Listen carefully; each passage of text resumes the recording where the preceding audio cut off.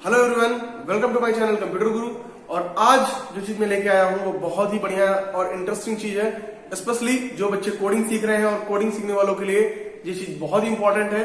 चाहे वो किसी भी लैंग्वेज में हो, चाहे वो सी के हो, C++ के हो या पाइथन के हो, किसी भी कोडिंग में आपको पैटर्न प्रोग्रामिंग की जरूरत पड़ती ही पड़ती है। तो आज मैं आपको बताने जा रहा हूँ पैटर्न प्रोग्रामिंग करते कैसे है और सबसे ही आसान मेथड से। एक्चुअली पैटर्न प्रोग्रामिंग को देख के कभी लगता है आप लोग देखकर परेशान हो जाते हैं कि इस तरह के कोड्स आपको दिख रहे हैं तो इसको कैसे बनाएंगे, या पता लगा 1112 लिखा है, इस तरह के कोड्स को कैसे प्रिंट करेंगे। तो मैं आज एक बहुत ही आसान मेथड बताने जा रहा हूं और मैं आपको बता दूं, मैं सारे पैटर्न्स आगे आपको धीरे धीरे करके बताऊंगा। आज तो मैं कुछ पैटर्न लेकर चल रहा हूं, ये पैटर्न की मैंने सीरीज शुरू की है और सारे पैटर्न में आपको इसमें बताऊंगा, सभी तरह के पैटर्न्स। अगर आपको लगता है कि इसके अलावा भी मुझे कोई पैटर्न पूछना है तो आप मुझे कमेंट बॉक्स में बताइएगा, तो जो भी आप पैटर्न चाहेंगे वो पैटर्न मैं आपको यहाँ पर समझाऊंगा। तो आज में हम लोग बात करते हैं बिल्कुल इजी मेथड से ये 3 पैटर्न्स के बारे में, क्योंकि सिंपल से चेंजेस करके हम लोग ये 3 पैटर्न आसानी से बना सकते हैं। तो आइए देखते हैं सबसे पहले अपने पहले पैटर्न को। इस पहले पैटर्न को बनाते कैसे, और ये जो पैटर्न मैं बता रहा हूं मैं सी की मेथड से बता रहा हूं, सी लैंग्वेज की मेथड से। सेम इसी तरह आप C++ में या किसी भी और लैंग्वेज में आप यूज कर सकते हो, क्योंकि बिना फॉर लूप के आप इसको नहीं बना पाएंगे आसानी से। इसलिए फॉर लूप का तो आपको यूज करना ही होगा, चाहे वो C++ में हो या आप पाइथन में कह सकते हो, तो आपको फॉर लूप का यूज करके ही बनाना होगा। तो आइए देखते हैं। सबसे पहले मैंने हेडर फाइल डाल दी, hash include stdio.h, hash include conio.h and void main.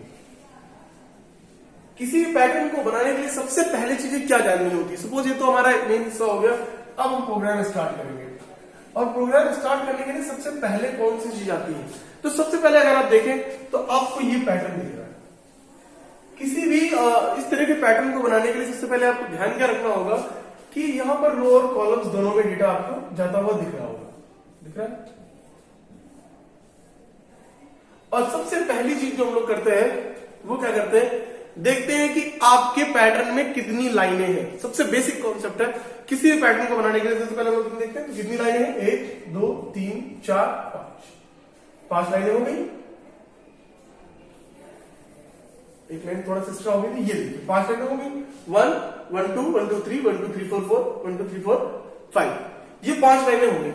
अब इस तरह के पैटर्न को बनाने के लिए करना आपको क्या है, सिंपल सी बात है। अगर आप देखें इस पैटर्न को तो मैंने यहां पर लिखा 1, फिर इसके बाद 1 2 1 2 3 1 2 3 4 एंड 1 2 3 4 5। तो क्या करना होगा, सबसे पहले आपको 2 वेरिएबल मैंने मान लिए, एक i और एक j। सबसे पहले जो हम लोग लूप चलाते हैं वो आउटर लूप चलाते हैं। और आउटर लूप किसके लिए चलता है, नंबर ऑफ लाइंस के लिए चलता है, कि कितनी नंबर ऑफ लाइंस आप प्रिंट करना चाहते हैं। तो सबसे पहले हमने चलाया आउटर लूप फॉर, आप देख सकते हैं कितनी लाइनें हैं आपके पास, 5 लाइन्स है। तो हमने किया, और लाइन से स्टार्ट कहां से है, 1 से स्टार्ट किया, कहां तक ले गए, 5 तक, और i++। मतलब i की वैल्यू क्या होगी, हर बार एक बढ़ेगी। पहली बार 1 लाइन, दूसरी बार 2 3 4 5, इस तरह से आपको नंबर ऑफ लाइंस चाहिए। तो 5 लाइन हमको चाहिए, तो हमने यहां पर बना लिया। अब आप देख सकते हैं कि इसके अंदर के कंपोनेंट्स को प्रिंट करने के लिए आपको किसकी जरूरत पड़ेगी, एक और लूप की जरूरत पड़ेगी, j की जरूरत पड़ेगी। तो हम लोग अगर j लूप चलाते हैं, j की वैल्यू मैंने क्या की, 1 स्टार्ट की। अब आपको ध्यान देना होगा, j की वैल्यू मैंने 1 स्टार्ट की और इसको कहां तक ले गया, j लेस देन i। मैं पहले आपको कोड लिख देता हूं, फिर आपको समझाता हूं ये मैंने क्यों किया है। और मैंने यहां पर क्या किया, printf (d), और हमने यहां किसको प्रिंट कर लिया, j को प्रिंट कर लिया। न्यू लाइन लगा दिया हमने,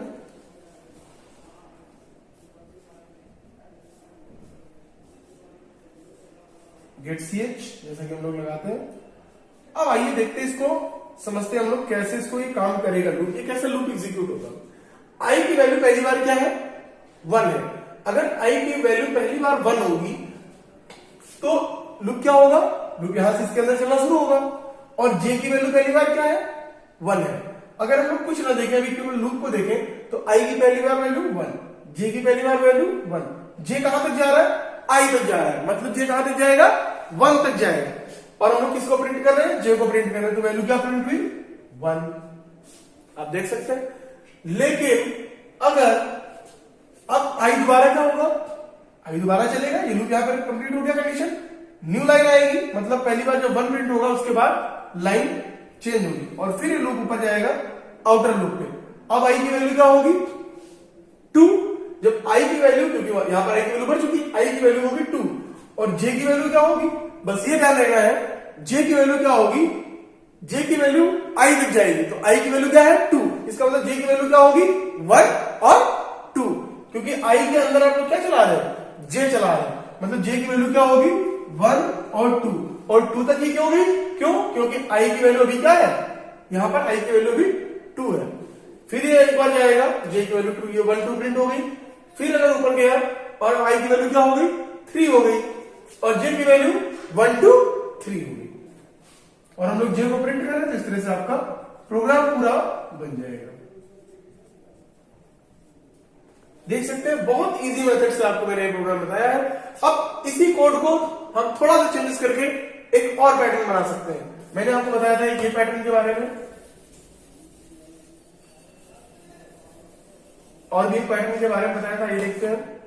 सपोज एक पैटर्न दिया है आपका 1 2 2 3 3 3 4 4 4 एंड 5 5 5। अब आप देख सकते हैं कि इसमें क्या है, इसमें क्या था, 1 के बाद 1 2 1 2 3, इसमें क्या है 1 फिर 2 2 फिर 3 3 फिर 4 4 फिर 5। तो सबसे पहला काम हम लोग क्या करेंगे, जैसा मैंने मेथड बताया, सबसे पहले हम लोग क्या देखते हैं, नंबर ऑफ लाइन। तो लाइन कितनी है, 5। इसका मतलब आउटर लूप क्या चलेगा, 1 से स्टार्ट होगा और 5 तक चलेगा। अब अगर हम लोग जे को देखें, जे की पहली बार वैल्यू क्या होगी, 1 होगी।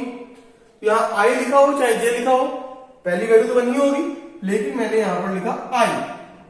बताते हैं क्यों, क्योंकि हमको यहां पर क्या चाहिए, 2 चाहिए। अगर हम लोग यहां पर जे लिखते हैं तो जे की जो दूसरी वैल्यू होगी वो क्या होगी, 1 एंड 2, लेकिन हमने आई लिखा है, तब क्या होगा, क्योंकि न्यू लाइन होगी, पहली बार आई 1 हो गया, और जब दोबारा ये लूप यहां पर कंप्लीट होगा और न्यू लाइन जैसे फिर ऊपर जाएगा, तो आई की वैल्यू क्या हो जाएगी, 2। जब आई की वैल्यू हो जाएगी 2 और जे की 1 2, लेकिन हम प्रिंट क्या कर रहे हैं, आई प्रिंट कर रहे हैं। तो सिंपल सी बात है, जे की वैल्यू जब 1 2 हो रही थी, हमें जे की वैल्यू नहीं चाहिए, यहां पर कौन सी वैल्यू चाहिए, आई की वैल्यू चाहिए। तो यहां पर क्या हो जाएगा, 2 2।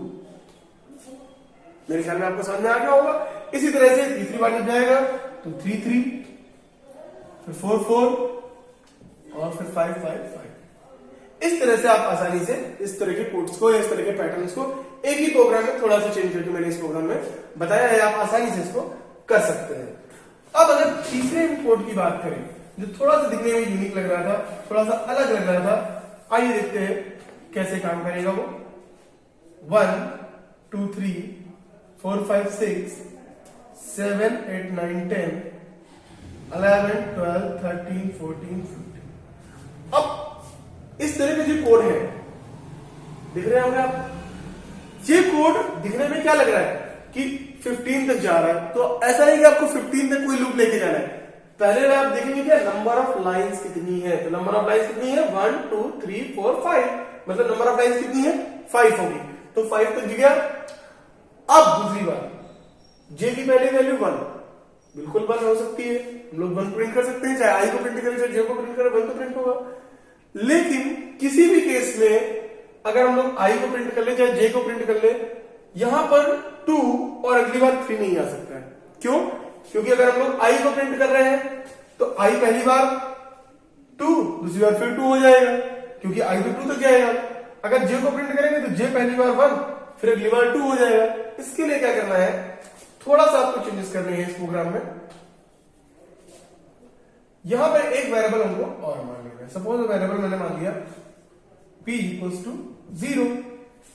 अब p इक्वल्स टू 0 माना और हमने क्या कर लिया, यहां पर p को प्रिंट करने से पहले क्या लिख लिया, p प्लस प्लस, मतलब एक अलग वेरिएबल को हम लोग इसी पैटर्न में प्रिंट करते हैं। तो ये देखते हैं क्या होगा, इस कोड को समझते हैं। i की पहली बार वैल्यू 1, j की 1, p की हमने कहा p प्लस प्लस, तो p की पहली बार वैल्यू कितनी थी, 0 थी, तो p प्लस प्लस करेंगे तो p की वैल्यू क्या हो गई, 1 हो गई। और जब p की वैल्यू 1 हो जाएगी, क्या मैंने p की वैल्यू प्रिंट किया है, तो p की पहली बार वैल्यू क्या हो गई, 1 हो गई।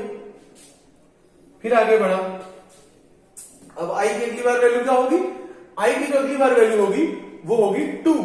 अब जब i की अगली बार वैल्यू 2 होगी, सिंपल सी बात है, जब यहां पर आपका आ जाएगा 2, तो j की क्या हो जाएगी, 1 और 2, मतलब j के पास क्या प्लेस हो गए, 2 प्लेस हो गए।